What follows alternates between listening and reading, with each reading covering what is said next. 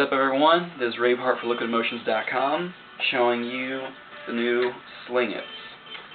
This is my first tutorial. In this video I'll be showing you just basically the types of ways you can use this, and the rest of my videos I'll show you actually how to do them.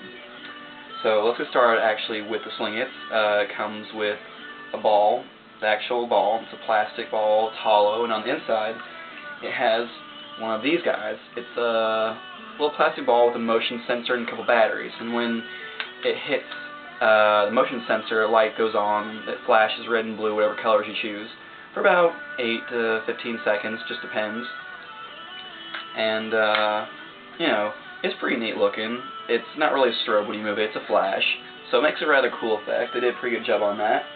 It also comes with one bungee cord that's actually rather long. It's more like this, not stretched out, and you can cut the length where you want it.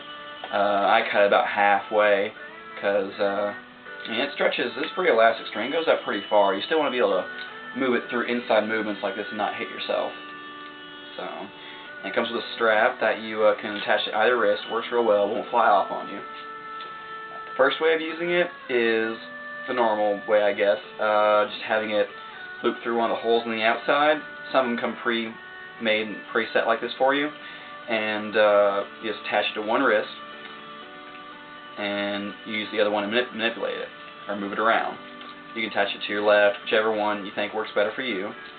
The second way of using it is without attached at all. This is how I work with it, simply because when you have it attached to your wrist during a show, eventually like halfway through they're going to get that you're using it, it's attached to you, you know, and it's coming back to this hand. When you have it just hanging out and you can change hands, it gives you more of a three-dimensional movement, and it's a lot harder for the person watching to understand where and how you're doing it. It just makes it a lot more appealing to the eye, a lot more fun to watch. It's a lot more liquid too. You're not as restricted coming back to your wrist. You can throw it around, throw the other end around. It's just a lot easier, honestly, in my opinion. You have the chance of letting it go and throwing it off somewhere, but with practice, that's almost just not likely to happen at all, really. I drop it every now and then, but I don't fling it off somewhere, so it's really not that big of a deal. Another way of using it is throwing on a microlight onto the end of it. I usually poke a little hole just on the end of the Velcro, and punch through an iNova clip.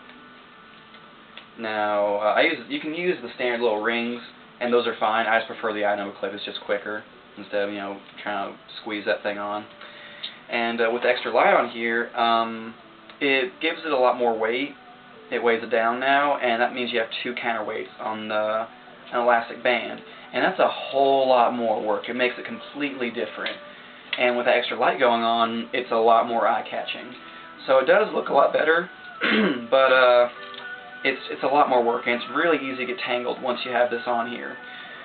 You can put a lot of lights on it, like 3 or 4, have a whole chain on there, a bunch of different lights looking around, and it's pretty cool, but it makes it that much worse when you keep adding weight to it, because this is more something you use to hold on to. When those are flinging around, they can get tangled, it's hard to grab onto the strap where you need to.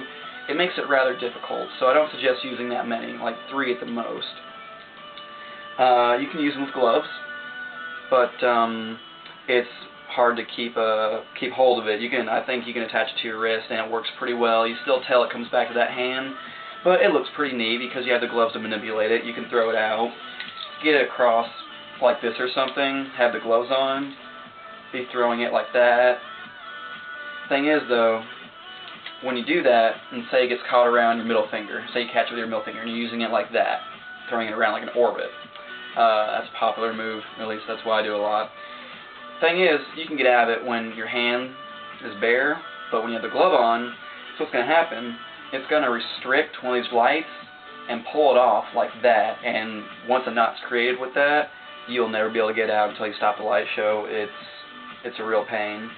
So I wouldn't suggest doing it with gloves until you learned to manipulate this correctly, and you know how not to get knots and how to get out of them.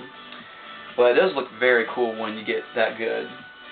One of the last things you can do is kind of I just thought of today, actually, is putting one of the liquid motion bands on and hooking this onto your finger. You can have it on the inside, turn it on, or flip it around back. This could have a lot of uses actually, but I think it's great for this because now you have a light going. Instead of a whole glove set going, which is obviously looks cooler, this is a lot simpler and you won't get caught on this.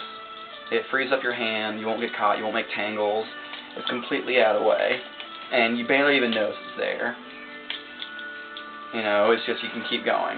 So you can just attach them however you want to your hand. You can just, without the rubber band, this is just to keep it from flying off. I don't have to worry about holding on to it with like 2 or 3 fingers. This way I can just not worry about it. So it's just having lights on your fingers. It's not that big a deal, but it does add something to it because you're having different lights being stationary. You have, like, say 2 in your hands, one, the slingitz going around, and then one on the back end. That's 4 different lights moving around in the dark, and that's pretty neat. So basically, with the slingitz, the idea is you're seeing a light moving around and not understanding exactly how it's being thrown around or what it's connected to. I think that's the main point of it, honestly, with the elasticity and the ability to move it around different than other, lights. So this will conclude my first video, and on my next ones I'll be showing you how to manipulate it and work it in these different ways. So, Raveheart for liquidemotions.com. Hope you enjoyed.